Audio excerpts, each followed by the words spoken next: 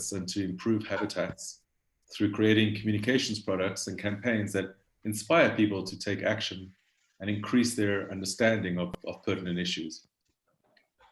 As Tracy said, over the last 20 years, I've worked for Fortune 500 companies, many of the world's largest NGOs, including the UN, and many of South Africa's government departments, both national and provincial. And so we're very excited to be here today. I would like this to be interactive, so I would also like to hear if you could write in the chat box who's here with us and perhaps which organization you're from. And on that note, I would like to say that when I use the word business or organization, I mean anything from the individual entrepreneur all the way up to a Fortune 5 JSE listed company. So I'm going to use these terms interchangeably: business, organization, enterprise, etc.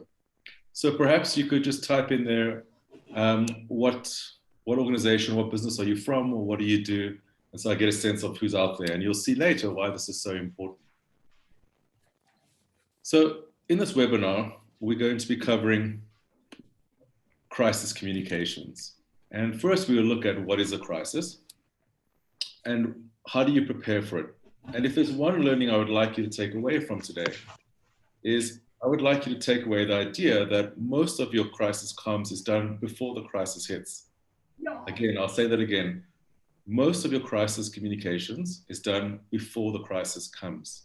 In fact, one leading crisis communications person says that 10 of the 12 steps are done before the crisis hits. And we'll see some examples of that. One of the examples of something you can do before any crisis hits is create holding statements. And we'll have a look at those. You can also create your crisis communications team. And you can also do your stakeholder analysis and understand who your audiences are.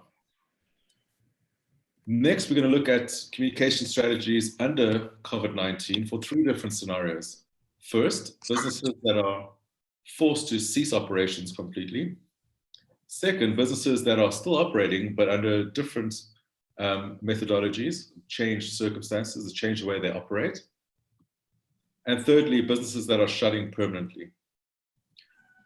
And then we're going to look at the importance of listening, because a big part of crisis communications is not actually communicating outwards, but it's being able to listen and to get the information from your audiences inwards and then work on that.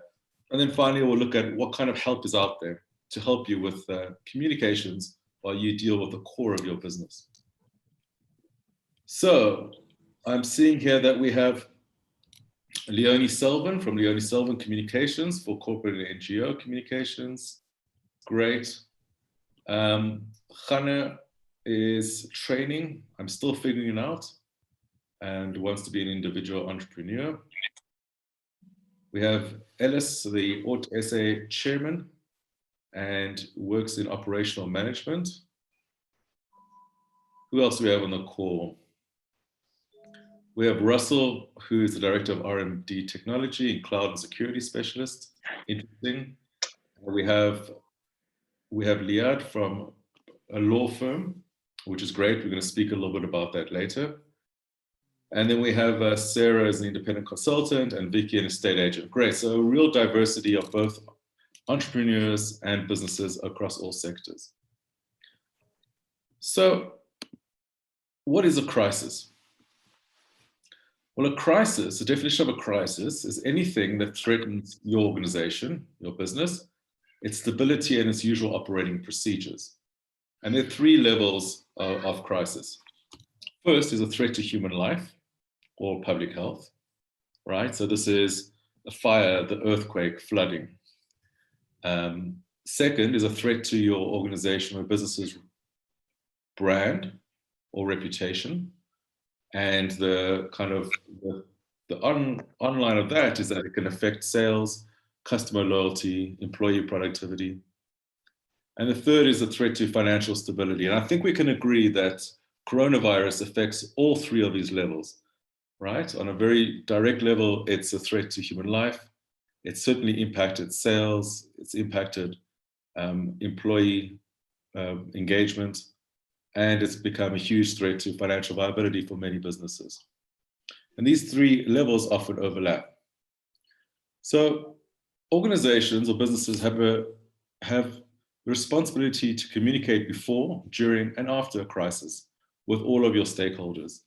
And stakeholders means clients, customers, employees, partners, and suppliers. How you do so will go a long way towards seeing your business health during and post the crisis, and can even enhance the reputation of your business. And we'll see some examples of businesses, both individuals and large retailers, who are using the coronavirus. I don't mean using it in a bad way. They're using the virus to enhance their reputation, to do new kinds of sales, and to actually increase customer share. So it's important to note that in every crisis, there's an opportunity. And while there are huge amounts of anxiety and confusion, frustration, and it's important to acknowledge these feelings, there must also be a balance between countering the high risk, for example, loss of sales, closing, layoffs, and building one's brand in a positive and empathetic way. So I'd like you to take a moment to think about what are the biggest threats to your business. And I don't mean cash flow, or I don't mean necessarily that there's competition out there. These things are kind of constant threats. When I mean a threat, for example, a restaurant gets a Google review that a customer got food poisoning the night before. That's a direct threat, right? Or a law firm gets accused of sexual or racial harassment. These are incidences that come sometimes out of the blue, seemingly out of the blue, and affect either human life or organization's reputation or financial stability. So take a moment and perhaps write in the chat box, if you don't mind, what are some of the biggest threats to your particular businesses?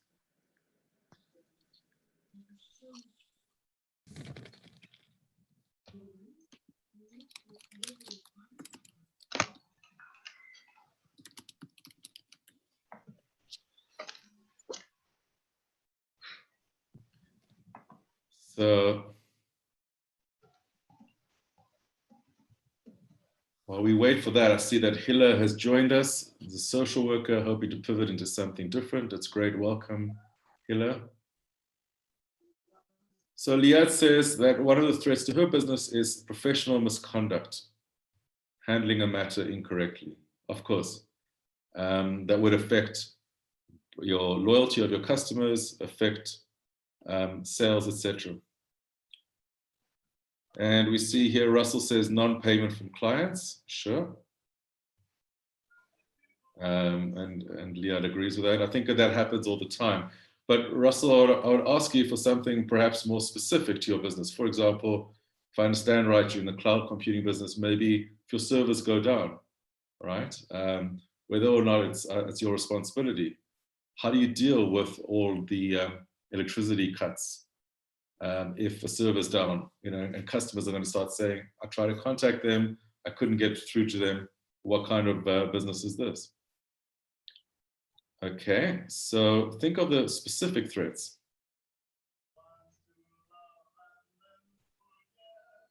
So Liat says, courts being closed during lockdown, we cannot issue new summonses. Right, so something out of your control, but it's still a threat to your business. Okay. So great, so I think you're getting a sense of it there. So what you need to do, and the reason why I'm asking you to think about these threats, is because you need to create what's called holding statements. Now, holding statements are, again, things that you're doing before crisis hits. So if it's the case of, say, Russell, and he needs to deal with the fact that there are going to be, potentially there'll be electricity outages and the servers go down, he can't service his clients. He needs to have a holding statement ready. And a holding statement is an early response needed. It's usually within an hour. And it basically tells stakeholders that you're, number one, aware of the situation, you're working on it, and that you'll revert to them in due course. right? And this is an example from a hotel chain. Now, this hotel chain has a holding statement, and this is in response to national disaster. Think of the tsunami, think of an earthquake. It doesn't actually matter, because if you look at it, and we'll go through it, you'll see that they don't specify what was the actual disaster. They don't specify where or when. They're just, in a very, very high level, making sure that people, their customers, families, know that they are aware of the situation. So what do they say? We have implemented our crisis response plan, which places the highest priority on the health and safety of our guests and staff. Okay, so first off, they say that they do have a crisis response plan. Right away, I'm feeling better about this. Right? Imagine that you have a child who's caught in a tsunami, say in Asia. The first thing you want to know is from the hotel, say it's the Marriott Hotel, what's going on, right? There's panic, there's confusion, maybe there's social media going out. So the Marriott puts out, we've implemented our crisis response plan. Great, they have a plan, they're implementing it. What are their priorities? The health and safety of their guests and staff. Okay, good. They're not going to prioritize their profits, or they're not going to prioritize their property. They're going to take care of my son who's on this island. And then they say something a little bit, again, very broad. Our thoughts are with those who are in harm's way, and we hope that they are well. And then the last piece, as I said, you have to always say that you're going to revert with information. We'll be supplying additional information when it is available and posting it on our website. So right away, they're telling all the stakeholders, as soon as we have information, it'll be on the website, and that's where you go to get more information. It stops a whole bunch of calls, a whole bunch of messages on Facebook, for instance, because that's what happens when a crisis hits, right? So very important that you prepare some of these holding statements. If you're the restaurant and you think, okay, there might be a case of food poisoning, obviously, please God, there won't be. But if there is, we've got a holding statement that's very broad and that says where and when you'll provide more information. So I'm sure that you've seen holding statements come out about coronavirus, right? Almost all the big companies have sent them by email. They usually say the same thing. They say, we're protecting our staff, there'll be a change, but we'll communicate with you in due course. But a good holding statement needs to actually speak about your values. What does your organization really care about? Do you care about the health of your customers? Do you care about efficiency? So sorry to go back, Russell, but in your case, if you're a cloud software, maybe what you care about is being efficient, about being lean. So your communication would be very short sentences, very punchy. You wouldn't necessarily talk about the health of people, but you would talk about getting back up to operation at the quickest time possible, right? So your crisis communications team should be on a regular basis thinking, what are potential crises that could hit us? And every business is different. And let's prepare some holding statements to address each crisis. So when it hits, if it's a fire, or whether it's downtime on a server, or whether it's a harassment case, you've really got a holding statement. So question, and again, please answer in the chat box. How many of you put out holding statements about coronavirus? How many of you put out some kind of statement saying that you're dealing with it and that you're aware of the problem and that you're dealing with it and you'll get back to your customers? I'd be interested to see. So your crisis communications team should be regularly reviewing holding statements to determine if they require revision and or whether statements for other scenarios should be developed. So Leah had said, yes, we did every few days as soon as we found out. And also just to show support to customers, absolutely. Russell says we contacted clients before saying we're still operational and we provide remote support. Excellent. Yeah, so that's really good. So clients want to be reassured that there's someone still there, right? If I'm a client of anything from a security company to a web hosting company, I want to know that someone's still there, that they all haven't gone home and are working remotely, and that if there's a problem, then I'll be able to reach someone, right? Vicky says, we did, but I did not do this personally. Okay, so for the individual entrepreneurs, it's actually also very important. Hi, everyone. I hope you're doing well. I said, show a little bit of compassion, empathy in this difficult time. Just to let you know that I'm still fully operational and here to serve your needs. It's reassuring. People want good news and they want to know that they can call on you. And you'll be amazed. And as the lockdown ends, so you can start saying to people, we're now offering this service or this product again, right? So for example, for us, we were able to operate 90% of our work, training, facilitation online. But the one thing we couldn't do was videography or photography. However, now that we have some journalists have got permission, they've got media cards and they're videographers, we're able to actually offer this service again. And so I'm going to be communicating that to our clients. Say, we can do videography for you again, not a problem. So crisis communications team, I hear you say, what's that? Well, again, this is something that you can prepare before any crisis hits. It's imperative that every organization has a team in place. Think of it as a set of emergency responders, but for communications.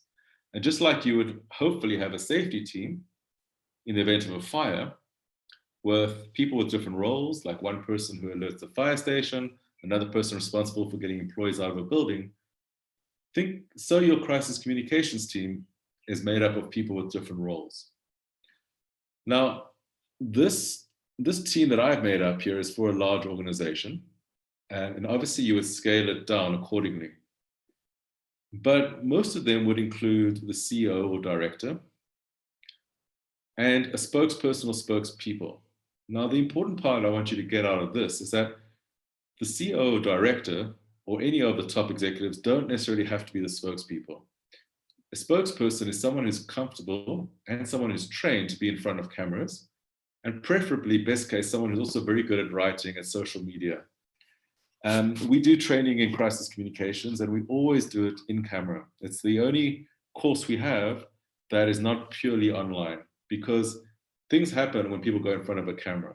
They could be very comfortable speaking to a room full of people. They could be very comfortable speaking on the phone. But when the cameras are coming and when there's high stress, which it always is in a crisis, sometimes people freeze. And so we have a one-day training just through the cameras. You also would need your social media and your media manager. These days, everything's going to go out via social media. So that person has to be part of it. Your head of comms or marketing, your head of HR. Something I hope that you also get out of this is that the internal communications is as important as the external communications. Your employees are part of your brand, but more than that, there's a responsibility to communicate with them as well as your suppliers about what's happening with the organization. And of course, you might also want to include operations or head of finance, depending on what kind of business you are. The key thing here is that your crisis communications team could be made up just of you, or could be made up of yourself. If you're an individual entrepreneur, it could be made up of yourself and say a comms person that you bring in and say, I need you. This is my business. You brief them. This is our business. These are the potential crises. Here's the holding statements. But at least you've got them and you're comfortable that you've got someone who can actually release statements in the event of a crisis. So as you can see, there are many steps to crisis communications that can be adopted before the crisis hits. It's the same maxim for any disaster management strategy. Prevention is better than cure, and be prepared. So regardless of whether you have a holding statement prepared or you have a team in place, now is the time to communicate with stakeholders. It's still better late than never. So if you haven't communicated anything during coronavirus, start today. The ramifications will be with us long after lockdown is lifted, including impacts on staff, the ways of doing business, client spend. So creating and delivering on a strategy is essential. And that's the next piece I want to speak about, which is a crisis communication strategy. Now, a crisis comm strategy is made up, like any communication strategy or marketing strategy, of segmenting key audiences. And again, this actually should already be done, right? It should already be done by your marketing department. Who are our clients? How do we speak to them? And who should be speaking to them, right? Um, who are our partners? Who are our funders? Who are our employees?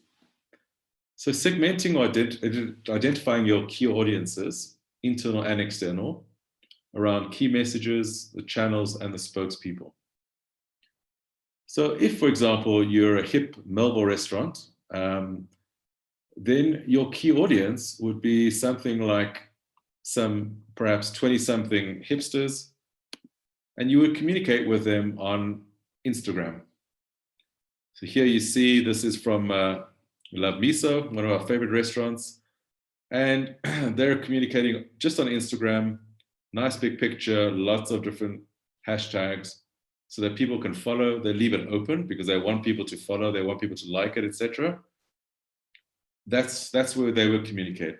However, if you look on the right, you'll see an NGO, Africa Tikkun, one of our clients, and I really love them because they do great work. They're communicating a very different message. They're communicating about delivering on funds. They're communicating in a more formal setting. They're also communicating on LinkedIn because LinkedIn is the platform for businesses, all right? And that's where their potential funders and their supporters are going to be. So more formal and on a different platform completely. I can't stress enough for you the importance of understanding your markets. And what happens when you get your audiences wrong can be quite funny, but not for the organization. So here's an example of a school, and this is actually from a friend of mine in Canada. They combined two different segments into one. And this came off Facebook. And you can see already, I mean, this was a while ago when I took it off, but there were three kind of surprise emojis. But the school writes on Facebook, "Dear parents, students." So right away, they've combined two different segments into one.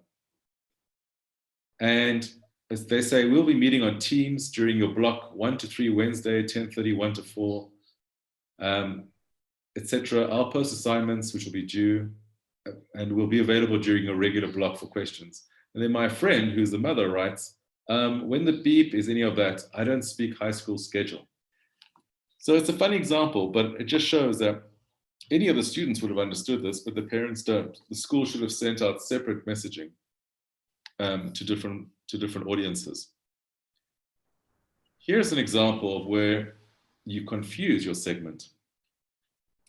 So Mike McDonald is the CEO of FreshBooks. FreshBooks is an accounting software that my company uses. It's similar to Xero or Sage, comes out of Canada.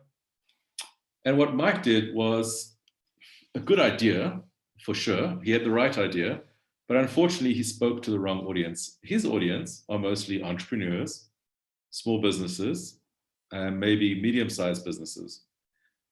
And many of them are being negatively impacted by coronavirus. Restaurants, producers, etc., all having to shut down. And he wrote in an email very early, I think it was about March 18th, "Why don't you go and take what you would spend in 1 year on restaurants and go and forward purchase from your favorite restaurant? I spend about $2,000 a year on eating out, and I'm going to spend that on my favorite restaurant." So his idea was to help them keep afloat. It's a very nice idea. Unfortunately, he was writing to people that were struggling just to pay the bills. And so he got a lot of flack. And he had to release another statement on March 21st saying that I acknowledge that some of you have found this letter insensitive, especially those small business owners who are experiencing great hardship at this time. I take full responsibility for how the letter was written and apologize for offending anyone. So, and he goes on and on. But his problem was not that his idea was a bad one, it's a very good one. The problem was that he was writing it to the wrong segment. So I hope that makes sense to you. So assuming that you know your audiences and the channels to reach them, and by channels we mean what are the communications mediums that you're using? Is it Facebook? Is it Twitter, LinkedIn? Is it email? Is it WhatsApp? And who's going to speak to them? Let's look to how we create a crisis communication strategy. And we're going to look at 3 different scenarios. We're going to look at businesses that are forced to cease operations temporarily, businesses that are still operating but changing the way that they work, and a business that has to shut permanently. So the first example that we're going to look at is we're going to look at a business that's forced to cease operations for a limited time. And I'm just going to move into a different screen. So you give me a moment, because I want to show you an example. Okay, so you should see here an example of businesses that are not operating for a period of time.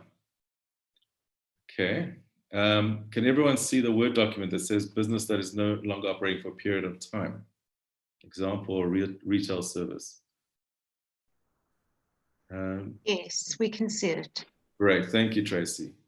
Okay, so there's still a lot of businesses. We're in level 4 of lockdown that are not operating for a period of time, where they have to be shut down. And I've used the example of a retailer of non-essential items, clothing, hardware, outdoor stuff.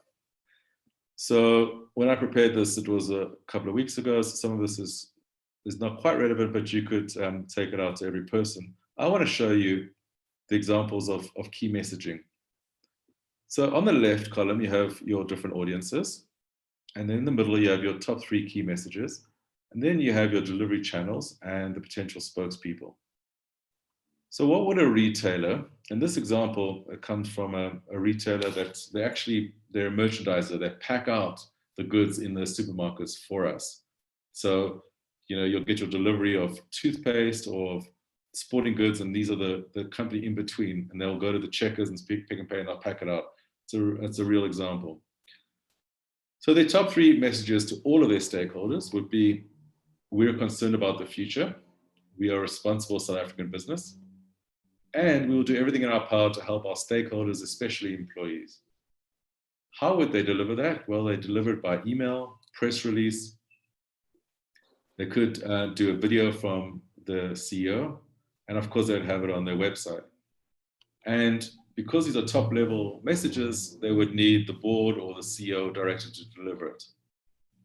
But in a message planner, you need to go deeper and you need to go down the chain and really go into each segment and see. So let's have a look at what would their messaging be to their employees. Now, this company has about 500 employees. Most of them are, they have matric, they don't have smartphones, they're not extremely well educated, and they're sort of middle class. They're earning probably around about 10,000 a month. So that's your understanding of who you're speaking to. So the messages that you would want that this company would give them is, we'll find every possible way to provide your normal salaries. These employees are not even interested in whether or not they'll have their jobs. They're only interested in whether or not they'll get paid for this month. And that's because they're living month to month. The board is working very hard to ensure your jobs remain post-COVID-19. We're here for any questions, concerns, as we value you as a person and your health. Now, for these employees, you'd use WhatsApp, maybe email, maybe a newsletter, but actually WhatsApp is the best way to reach them because many of them don't have computers at home. And they all operate on WhatsApp because of the nature of their job, which is very quick. Who would direct it to them? You could have a director or the head of HR in this case, but especially you'd also have their line managers because they're all divided into teams. So what actually happened here is that this company communicated to, sent them letters. And the letter said, we will pay you for 10 days in April and the rest will be paid by UIF. So what did the employees do? Well, they phoned up their line managers and said, when am I going to get paid by UIF? Are you sure I'll get paid by the UIF? Because they literally, each day of payments really important to them. And that was an example of, again, the wrong person communicating the wrong messaging to them. And it results in a lot of extra work. And you can see some of the other examples here. The other audiences are suppliers, where you would have your head of operations or your head of purchasing. You communicate with them via the phone because it's a more personal relationship, maybe with a follow-up by email. And you'd want to assure your suppliers that you'll continue to trade, that although there might be decreases in purchasing, all the purchases are guaranteed. And let's find ways to work together about a more collaborative. And then, of course, to your clients, again, this would be the head of sales or the director, also through phone calls. And again, an idea of we're open for business, although we'll have some differences. So as you can see, you really need to think about each of your stakeholders. And my hope is that after this call, you'll sit down, you'll think to yourself, okay, so who are my stakeholders, internal and external? What should I be saying to each one of them? How should I be addressing them? Should it be a phone call? Should it be an email? And who should be addressing them if you're more than one person in the business? So let me give you an example of a business that has been forced to cease operations. It's losing money. Its employees have been furloughed. It should be a very, very difficult time for them, but instead they're using it as an opportunity to improve their brand. And that business is, here we go. And that business is South African Breweries, Sibe. Right? So they've been unable to sell alcohol for, I think, at least 6 weeks now, and potentially even longer.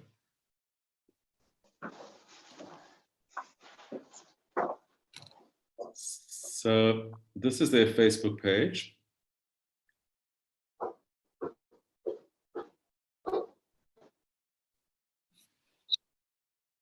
So I want to show you this example. Just a second. Sorry, I'm just bringing it up here.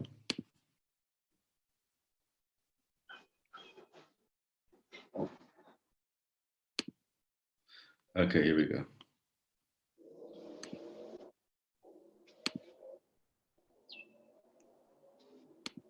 This is what I wanted to show you.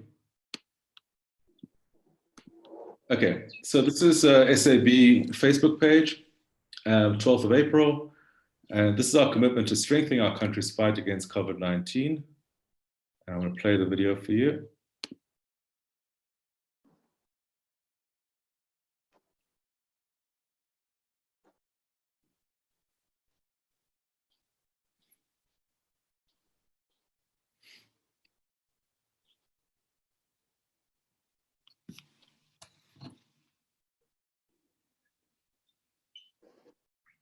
Okay, I don't know what that video is, but there you can see they've taken something which is potentially a business disaster, and they're saying that we're using beer crates and we're creating, whether or not it's true, it doesn't really matter. We're creating things that are going to help us in the fight against COVID-19. And it's very good for reputation. They got 134 likes and quite a few hundred shares as well. So it's an example of what can be done. And if you're a business that's forced to cease operations, you can still, and here's another example of a campaign. When we stay home, we stay safe, protecting our future together at a distance. And this video here is just of the empty pub, and they screen through. And again, it just shows their commitment, building reputation. So what happens if you're a business that is still operating, but you've had to change the way you operate, your modalities, and none more so than schools? Okay, so our boy is in grade 12 at King Edward, and they've obviously not been attending. I actually thought he was going to go to school this morning, and sent him with his mother, and because the Minister of Basic Education announced that matrics would go back today. only to be contradicted by the Minister of Education a few days later. So that was a bit of a disappointment. But CARES, like all schools, have had to adapt the way they're doing things. And they've had to adapt it according to their model. So what would be the messages that they would share with their audiences? Well, let's have a look. And let's go back to our chart. Okay. So this would be a key message planner for schools. And again, on the left, you see their different audiences. In the middle, you see the top 3 key messages. On the right, you see the delivery channels and the spokespeople. So what would a school be saying to all their stakeholders? And again, of course, this, we don't have all the answers. This is what we imagine they would be saying. They would say things like, we care about our students and their futures. We operate responsibly and follow the law. We are flexible and able to adapt while still being responsible and following the law. Who would be saying this? The principal would be saying this, and they'd be using things like email and the D6 communicator. And then if you go down, they've got many stakeholders, of course. We've just chosen 3. The first being students. What does the school say to their students? Well, they say things like, we are here to support your continued success. The school encourages you to stay focused, be prepared to receive course information, exams, etc. Now, if you're a teenager, a high school student, you're not on Facebook, you're on WhatsApp, on YouTube, and on Instagram, and maybe now also on TikTok. So they would need to use those channels, and I'm going to show you an example of how they do that. Who would be communicating with the students? It would be the principal, the head students, maybe a head of academics, but mostly the principal and the prefects or head students. When the schools want to communicate with parents, they're very different messages. The messages are much more around the official things and much more around ensuring that your students get through the school year in the most efficient way possible. As a parent, I'm concerned, is my child going to have time to finish grade 12? Will he be able to write the exam at the end? And how will the school help him to do as best as possible? The second message you'd say to parents is that the school's communicating with students and the Department of Education constantly. And then lastly would be another message of collaboration. Please help us encourage your students to be focused. Now, parents are not necessarily on YouTube and they might be on WhatsApp, but you would communicate with them through email, through the D6 communicator, and this would mostly be the head of academics who'd be communicating with parents. However, when the schools want to communicate with the Department of Education, which is really kind of their boss, the government, they need to be communicating different messages. For example, we are aware of our responsibility to follow the law. We will partner with you to keep parents off your back, and we want clarity of information so we can relay that downwards to our stakeholders. In other words, don't give us mixed messages. If we're going to communicate downwards for you, make sure you give us the correct. And with the head of the Department of Education, it'll probably be phone calls with follow-up emails. Because it's government, they're probably still writing letters, might be press releases, and you would have a school governing body head involved, and definitely the secretary as well. So I hope you're beginning to see of how you need to identify your stakeholders, what are the key messages to them, and who's going to communicate with them over which channels. And this is not only for crisis communications. This is what you're seeing here is a communication strategy that can be used for marketing. It could be used to build partnerships. So whatever your business is trying to do right now, you need to identify the stakeholders, what your messages are, and how you'll communicate and who will communicate with them. I hope that makes sense. Now, I know that many of you on the call are individual professionals, entrepreneurs, and that social media is one of the key ways that you can communicate affordably with people. So let me give you an example. Let me give you an example of how some individuals are doing it. And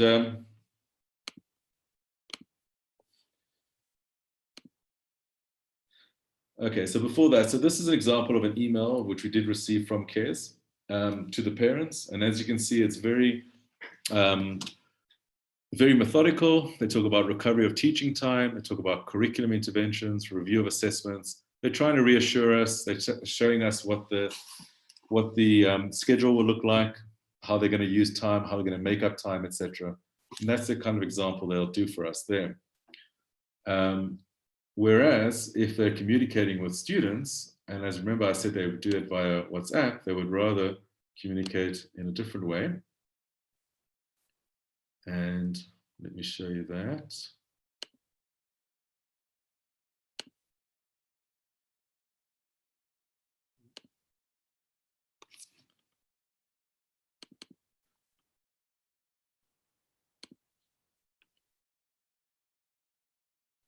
So I just want to try and get this.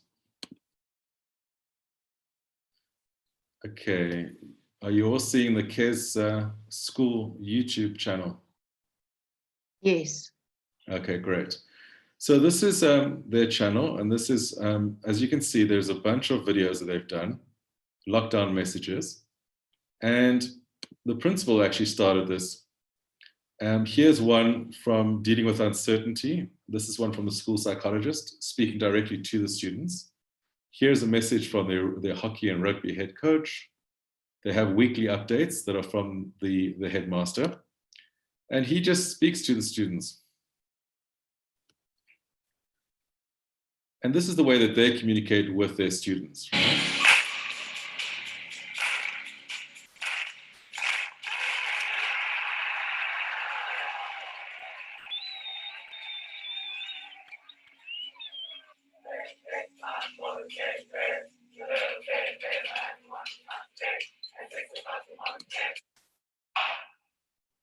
Okay, so this is just the intro. Good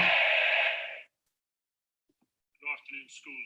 It's day 19 of the lockdown, and I just thought that I'd use this opportunity just to share a few things with you, just to catch up, and just to keep you informed of where we are as a school and what our thoughts are around as and when or if we're going to get back to school in the near future. I thought today I'd start our video with a short prayer. Okay, so I think you get the idea there that the two very different audiences, the parents that want to be assured of timetabling, of scheduling, etc. And then there's an audience that is the students, and the students need to be inspired, they need to be kept focused. And so the principal uses a video, YouTube in this case, to speak to them.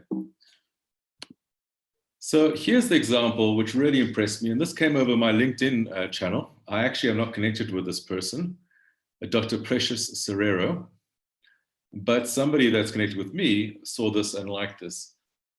And it's very simple. You can see there's a picture before and after, and there are 4,633 likes and 226 comments of one post. And this person's a medical doctor, and she says, today during one of my consultations, something hit me like a ton of bricks. So obviously now I see all my patients with a mask on. On a random day, you'd walk into my office and I'd smile and offer you a seat. And I believe it makes a difference and sets a tone for our interaction. Today, I realize that even if I'm smiling, chances are my patients can't see it. I have to think of other ways to make them feel welcome and calm. I know you're anxious about coming to the doctor during this time, and with all the many changes that have been going on around us, there's much to be anxious about. We are committed to you as health workers. Your health is our priority, and that goes beyond physical health, etc., etc. A wonderful way to take to communicate with people: A, that you're open for business; B, your values around caring for more than just physical health, for making people feel comfortable, and as I said, it got so many likes and so many posts that it was great branding for this doctor. Here's an example from Woolworths. All right, now this is a newsletter, an e-newsletter that comes, and I mean, obviously Woolworths have got a very good marketing department, we know that, but I was still impressed. Look at how they start off here. 20 days done. Don't let the extended lockdown get you down. You've done the first 20 days and you've got this. So very, very enthusiastic, realizing that people might be feeling down at this point, but encouraging, optimistic. Try some new things in the kitchen to keep things interesting. And if you need a bit of comfort food, go for it. And then, of course, they give you recipes for these comfort foods. And then have a look at the bottom. Look at the way they turn what is a crisis into an opportunity. Right here on the bottom left, it says, ordered food online, we'll still deliver it during lockdown. However, slots are very full. You can order fashion, beauty, and home items now for delivery after lockdown. So there you go. It doesn't mean that just because they can't sell things now, they can still actually sell them and deliver them later, right? They've just created an opportunity for themselves. And I hope that one of the results of this call as well is that you will also start to see that there are opportunities during lockdown. So what about the one that no one wants to talk about? Businesses that are shutting permanently. As we always say, it's often the way you communicate rather than what is actually done that's remembered. So if your business is going to shut down anyway, rather communicate the inevitability in a good way that can lay the foundation for future endeavors, both from a personal and a brand perspective. So here's an example of one of South Africa's most beloved retailers and beloved CEOs, Edcon. This is 26th of March. But as you all know, Edcon has said that they're having to shut shop and they might need to go into business rescue, etc. I'm not privy to the details. But what was really interesting about this is the way it was done. So instead of a simple announcement, on the Money Show with Bruce Whitfield, he managed to actually get, and we're going to listen to the clip of where the CEO, Grant Patterson, speaks to suppliers and informs them of the inevitable shutdown. So let me play this for you.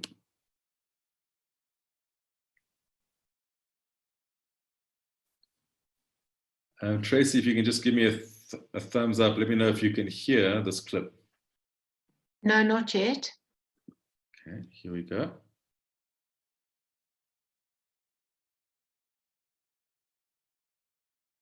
More than 900 cases of COVID-19 in South Africa. President Cyril Ramaphosa announcing that this afternoon. It's a jump of 200 from yesterday, and these numbers are going to continue rising, hence accentuating the importance, of course, of the lockdown, which gets underway at 1 minute to midnight tonight. Now, this is the most difficult conference call a chief executive could ever make, telling their suppliers they can't pay them. Yet that's precisely what Grant Patterson, the chief executive at Edcon, who's fought tooth and nail for the survival of this company, has been forced to do today.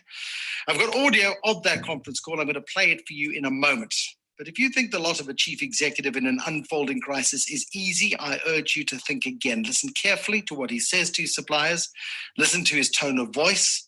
Listen to the fact that he is a guy with his back against the wall. He's talking to his suppliers, many of whom are SMMEs, who themselves will be dependent on Edcon's order book. Many of these people would have supplied Edcon in the last month or two and will be anticipating payment for their suppliers, the goods they supplied, the trousers, the shirts, the underpants, whatever it is they made. And that money is not going to come. Many of them will have to fold as well. It's uncomfortable. But it's essential that you understand the gravity of what is playing out in the world of business right now. This is Grant Patterson on a conference call talking to his suppliers today. It goes without saying that we find ourselves in uncharted waters and at a time where each day seems like a lifetime ago. Following the president's announcement first on Sunday, the 15th of March, so the first announcement, not the most recent, Edcon's turnover has declined 45% in comparison to the same period last year. And by the end of today, when we will lock down all our South African stores, we will be about 400 million rand below posted sales and cash for the month. So I'm just going to skip forward a bit to when, because that's the part I want you to hear.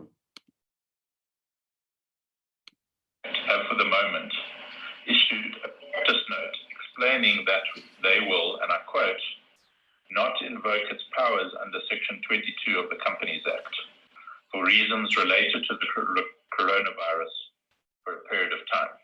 If you're not familiar with the Section 22 of the Companies Act, it deals with reckless trading. I am therefore unable to make you any promises other than to keep you updated of developments or plans that the board approves. For your own planning, it would be prudent for you to consider that orders already placed with you may be cancelled. I encourage you to work with the buyers and planners in this respect.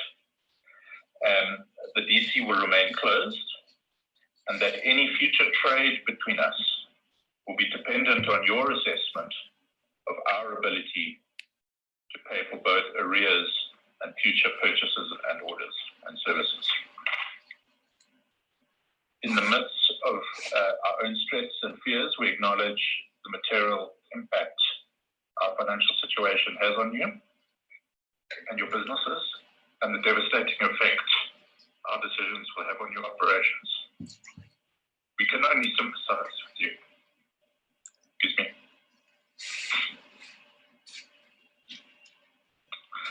We hope that we will all emerge from this and get an opportunity to repair the collective economic damage.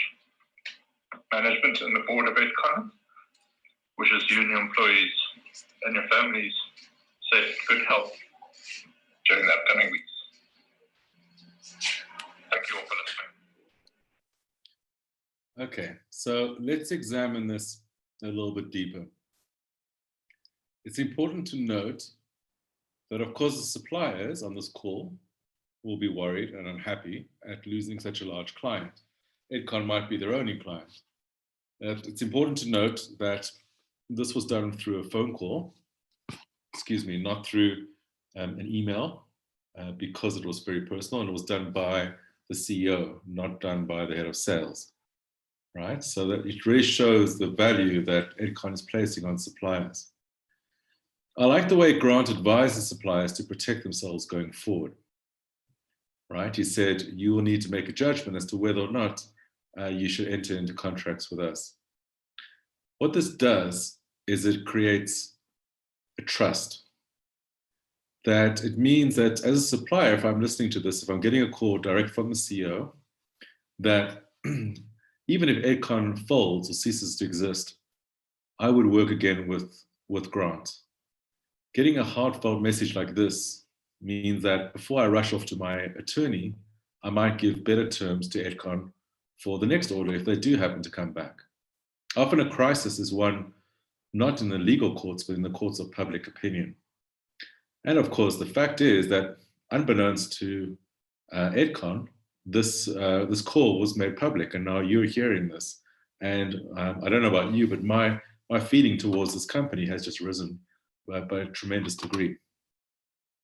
So even if your business is being forced to close, you can still communicate in a way that means that there will be some sense of longevity, that you can retain your brand as an individual, as the head of this business, or the business brand itself going forward, right? And I think we've just seen a good example of that. So we're coming to the end of the webinar, but I want to stress the importance of listening during a crisis. A large part of your response to crisis communications is actually hearing, not communicating outwards, but receiving information. First off, where are your stakeholders communicating, and what are they saying about your business, about your industry, about the crisis itself? The power of brand stories through individuals is very important at all times, but especially during a crisis. Think of people's stories that we've all heard. For example, I couldn't pay my internet bill, and AfriHost said, don't worry about it. Just, we've got it this month. Or don't worry about it, we'll pay it at the end of the month. Think of the impact of that long past the crisis in terms of customer loyalty, right? Or my child's school started using Google Classroom in the first week of lockdown. That's an incredible competitive edge. So how do you get your stakeholders to become brand ambassadors? Listen to the places that we don't usually look at, the community WhatsApp groups, the organization's Facebook pages. How can your clients, your customers, your employees, your suppliers reach you during a lockdown? If no one is in the office, is there a phone that's being manned? Is that person trained? Do they know what information to give out? How should they reach you? Is there an email address? What happens if someone writes on your Facebook page asking a question, are you open for business? Is there someone going to be there to answer it? So I know that this can all sound quite overwhelming, and especially as you try to deal with many different things that are impacted by coronavirus. Maybe this doesn't make sense. Maybe communications is not your area of expertise. Getting a professional communications company to assist you to handle the communication side of things with ease and confidence so you can get back to the heart of the business is essential. I don't think that everyone is aimed at being communications people, so it's great to get help. And Roth Communications is offering 3 different packages specifically for coronavirus communications. All of the packages include a 2-hour facilitated communications workshop with your board or with your leadership to find the messaging that's unique to your organization, messaging that we've covered for. There'll also be included in that some content, press releases, emails, web banners. And package 2, we include all of package 1, but we also provide a communications plan for you to cover the next 2 or 3 months to post-lockdown, a thought leadership article, and 5 SMSs or WhatsApp posts. And package 3 includes all of packages 1 and 2, plus up to 10 hours of crisis communications facilitation. So the idea here is this can include in-camera training, or it could be training remotely for a spokesperson, or simply consulting to threats to your organization. So if this is something that interests you, then please feel free to get in contact with us. And I'm sure that Tracy, maybe we could send out this presentation later today, and I'll have all our contact details. So just to review, what have we covered today? First off is to be prepared. Most crisis comms can be done long before the crisis hits. That includes creating holding statements that encapsulate your values and deal with specific threats to your business. Very important to segment your audience, understand who your audience is, don't mix and match them. Also understand the channels that you would use to communicate with them. Is it Facebook, is it Twitter, is it email or phone calls? And who would communicate with them? Build a crisis communications team and train your spokespeople. Create a strategy and revisit it as the situation changes. So this is both a comms or a marketing strategy for normal operating and a strategy for crisis communications. Use a crisis to build your brand, as we've seen Woolworths do, as we saw the doctor do. It's really a good opportunity to stand head and shoulders above the rest. Listen to your stakeholders. What are your clients saying? What are they feeling about the crisis? You know, there's a lot of anxiety. I don't know about you, but a lot of people have been talking about having crazy dreams during this crisis. Are there opportunities that you can relate to that? And then lastly, get help from professionals so that you don't have to do it alone. If communications is not something that you resonate with, if it's not part of your core offering, rather get professionals to help you, because in the long run, it'll be much more useful for your brand. So Tracy, that's the end of my formal presentation, but I would love to take some questions for a few minutes. And if you'd like to put them in the chat box, I'll answer them to the best of my ability. So perhaps if everyone could be unmuted now, and if there are any questions, it's easier to do them verbally. But Stuart, thank you for an absolutely incredible session. And I think it's just reiterated the fact of the power of communication, the power of relevant communication, especially across the different channels. And I'm sure that everyone on the webinar this afternoon has really valuable key insights that they're going to implement in their businesses going forward. So, Laura, if you can unmute everyone, and then we can take any questions if anyone has. Okay. Most people are unmuted. Yeah. I've unmuted everyone. Okay. So are there any questions from anyone? Questions or comments, or even your experiences with communications during coronavirus, around anything from just lockdown, around segmentation?